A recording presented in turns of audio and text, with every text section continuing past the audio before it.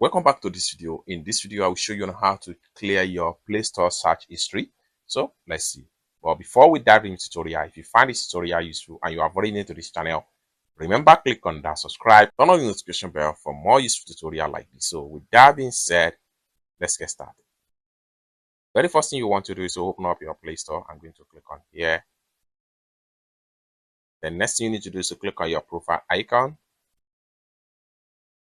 And the next thing you need to do is to click on settings. Next thing you need to do is to click on general.